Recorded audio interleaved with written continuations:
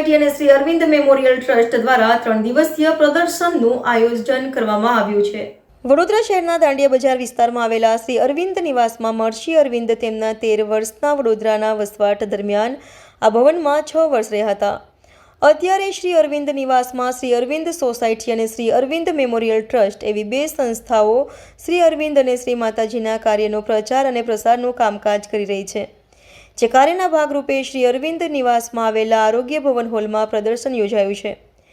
આજથી 25 ડિસેમ્બર સુધી મહર્ષિ અરવિંદે લખેલા સાહિત્યનું તથા શ્રી અરવિંદ આશ્રમ પોંડિચેરીના શ્રી માતાજીએ લખેલા સાહિત્યનું પ્રદર્શન, વેચાણ અને નિઃશુલ્ક વિતરણનો કાર્યક્રમ રાખવામાં આવ્યો છે।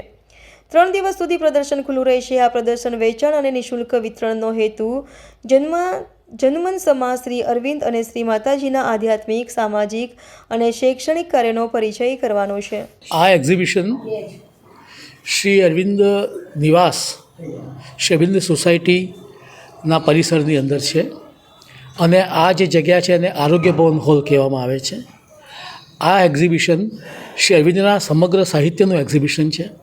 આ એક એવું એક્ઝિબિશન છે કે જેમાં આજથી 125 વર્ષ પૂર્વે જે સાહિત્ય સર્જિત પામ્યું હતું તે અને ત્યાર પછી એના વિવિધ સ્વરૂપો, એની વિવિધ આવૃત્તિઓ, એ બધાનું પ્રદર્શન અમે અહીંયા કરેલું છે।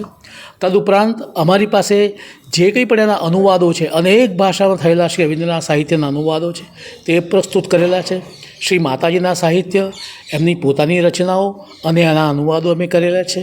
શ્રી અરવિંદ આશ્રમ પોંડિચેરી એ જે એક્ટિવિટીઝ કરી રહ્યું છે એ એક્ટિવિટીઝને લગતા અનેક પુસ્તકો અને એના રિપોર્ટ્સ અને એના અનુભવો સાધકોના એને લગતા પુસ્તકો પણ અમે આમાં પ્રદર્શિત કરેલા છે।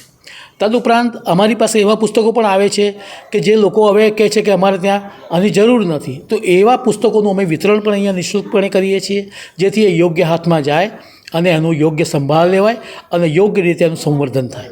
કેટલા દિવસ ચાલશે?